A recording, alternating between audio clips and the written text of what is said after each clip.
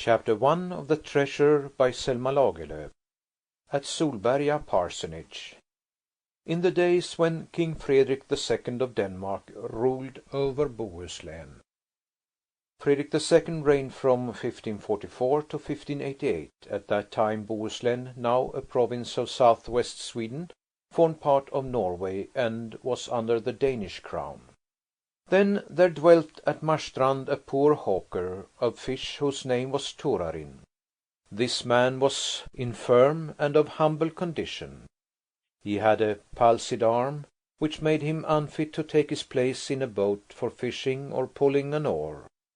As he could not earn his livelihood at sea like all the other men of the skerries, he went about selling salted and dried fish among the people of the mainland.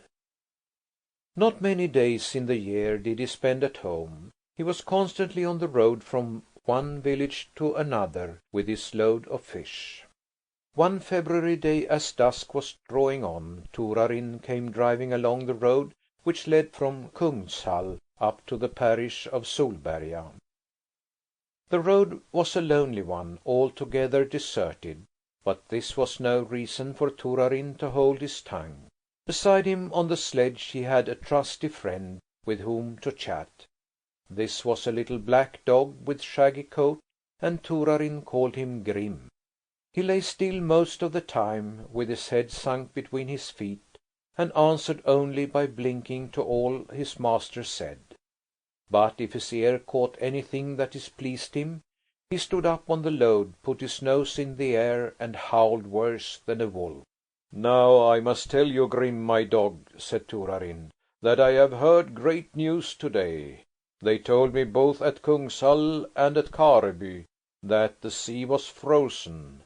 Fair, calm weather it has been this long while, as you well know, who have been out in it every day. And they say the sea is frozen fast not only in the creeks and sounds, but far out over the Kattegat.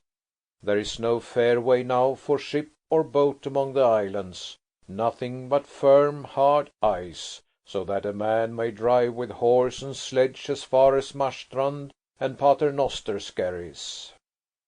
To all this the dog listened, and it seemed not to displease him. He lay still and blinked at Torarin.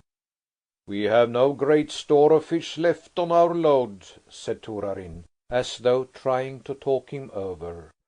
"What would you say to turning aside at the next crossways and going westward where the sea lies? We shall pass by Solberga church and down to Ödsmålskil, and after that I think we have but 7 or 8 miles to Marstrand. It would be a fine thing if we could reach home for once without calling for boat or ferry."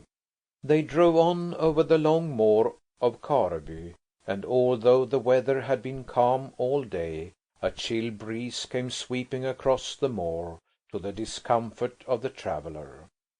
"It may seem like softness to go home now, when trade is at its best," said Torarin, flinging out his arms to warm them. "But we have been on the road for many weeks, you and I, and have a claim to sit at home a day or two, and thaw the cold out of our bodies." As the dog continued to lie still, Torarin seemed to grow more sure of his ground, and he went on in a more cheerful tone. "Mother has been left alone in the cottage these many days. I warrant she longs to see us. And Marstrand is a fine town in winter time, Grim, with streets and alleys full of foreign fishermen and chapmen. There will be dancing in the wharves every night of the week, and all the ale that will be flowing in the taverns. That is a thing beyond your understanding." As Torarin said this, he bent down over the dog to see whether he was listening to what was said to him. But as the dog lay there wide awake and made no sign of displeasure, Torarin turned off at the first road that led westward to the sea. He flicked the horse with the slack of the reins and made it quicken its pace.